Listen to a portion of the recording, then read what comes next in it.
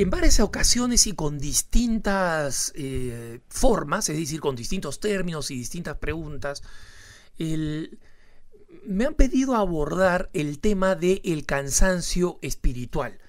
Cuando hablamos del cansancio espiritual, decimos espiritual porque obviamente no estamos hablando de un cansancio que es físico, a veces viene acompañado del cansancio físico, ¿no? Y es muy importante distinguir el estrés, ¿no?, que es algo absolutamente frecuente en nuestra cultura actual, especialmente en la cultura urbana, ¿no?, donde hay tantos elementos que producen tensión y una tensión que produce agotamiento. Y por otro lado, el cansancio espiritual, que a veces viene acompañado del estrés, pero que es una enfermedad o un malestar espiritual identificado hace siglos de siglos, desde el comienzo del cristianismo, y que recibe el nombre de una palabra griega, asedia o akedía, ¿no? Es la palabra griega original, akedía, asedia, de ahí viene la palabra asedia. Hagamos primero la distinción entre lo que significa el estrés en la vida cotidiana y lo que significa la asedia.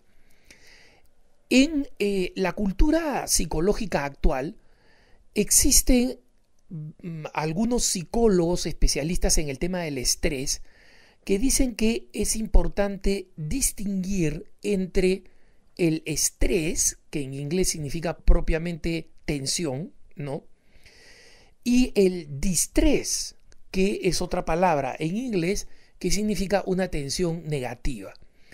No necesariamente tenemos que adquirir esta terminología, pero la distinción me parece interesante porque nosotros vivimos en un mundo donde se requiere un cierto nivel de tensión. El que cree que puede vivir como un pancito remojado en leche caminando por la calle en la ciudad, simplemente es absolutamente irrealista, y muchas de las promesas, entre comillas, New Age, ¿no?, vienen precisamente de esta visión del estrés, es decir, esta visión de que el estrés de alguna manera se puede manejar completamente y que nosotros podemos vivir en estado OM, en estado alfa, en estado de total relajamiento. Miren, una persona que no tiene contacto con la realidad de repente puede vivir en ese estado de no estrés, pero los que tenemos que salir a la calle, conducir en una ciudad en medio del tránsito pesado, no solamente generamos estrés, necesitamos un cierto nivel de estrés. Necesitamos un cierto nivel de alerta.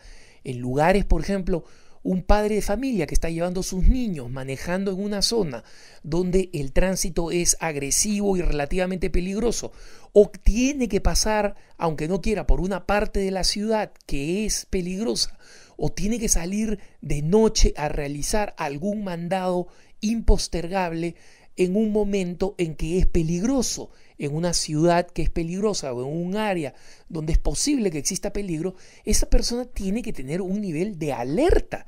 Ese nivel de alerta no solamente es necesario para tener sus 5 sentidos atentos a cualquier cosa que pueda suceder, sino que un estudio hecho entre criminales a los que se les preguntaba cómo escogían sus víctimas para asaltar o agredir entre las personas que estaban en la calle, y decían que las personas que tenían el mayor nivel de alerta, es decir, que ni se mostraban temerosas, excesivamente temerosas, ni se mostraban excesivamente descuidadas o relajadas, esas eran las personas que preferían no confrontar.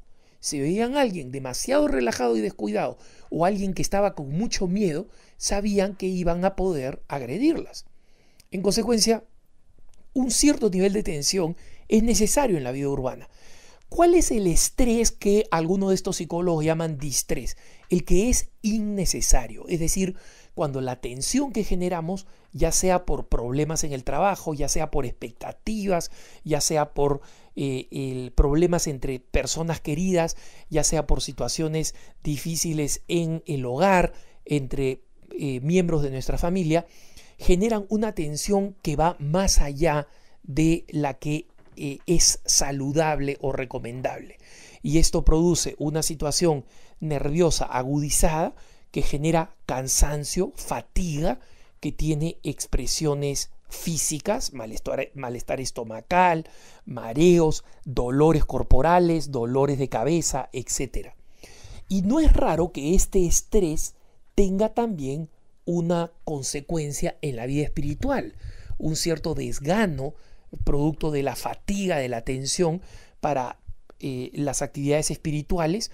La distracción mental que produce el estrés hace que sea difícil, por ejemplo, concentrarse en la oración, en la lectura de las Sagradas Escrituras, que sea difícil concentrarse en el Santísimo Sacramento. Y mucha gente cree que como consecuencia del estrés, hasta que yo no me encuentre en situación de poder, qué sé yo, prestar atención exclusiva a estas cosas, yo debería distraerme y alejarme de todas estas actividades, o de prestar atención, o de recogerme, o de orar, etc. No es así. La mejor manera de combatir el estrés desde el punto de vista espiritual es suavemente ayudarnos, esforzarnos por realizar las actividades espirituales que habitualmente realizamos. Y uno de los grandes ejemplos de esto es Santa Teresa de Jesús, no Teresita del Niño Jesús, Teresita de Lisieux. Me refiero a Santa Teresa de Ávila, la gran Teresa, ¿no? Que soportó 40 años de sequedad espiritual, pero no cejaba en cumplir con el tiempo de oración hasta que el Señor le concedió no solamente la paz y la concentración en la oración, sino que le concedió el arrebato místico supremo. No todos estamos llamados a una vida espiritual de misticismo, pero sí estamos todos llamados a una vida de cercanía y de familiaridad con el Señor. Pero esto no viene como algo fácil, a veces sucede. Y muchas personas que tienen esta inclinación y facilidad para la vida interior tienen que darle gracias infinitas a Dios, porque ese es un don, no es una virtud personal adquirida, es un don de Dios. Pero ese don, para los que no hemos nacido con esta tendencia natural al misticismo, la única manera como vamos a lograrla es perseverando. En consecuencia, a pesar del estrés, y es más, con el estrés tenemos más motivo y más necesidad de buscar esos momentos y esas ocasiones de recolección, de concentración espiritual. Porque la tentación para abandonarlas, la tentación de decir es una pérdida de tiempo, va a ser una falta de respeto a Dios que yo esté distrayéndome todo el tiempo, que me ponga a leer las Sagradas Escrituras y cada minuto, cada 30 segundos me asalte las distintas preocupaciones. No, esas son tentaciones, hermanitos. La única manera de combatir esas tentaciones es perseverar en la oración. Y si es que me he sentado a hacer una lectura bíblica, la lectura espiritual, o mi lección divina, mi oración, o me he puesto frente al Santísimo un momento en el Señor y me he distraído 30 veces, a la hora de retirarme, puedo decirle: Señor, te ofrezco mis distracciones, para que la próxima vez, en vez de 30, me distraiga 29.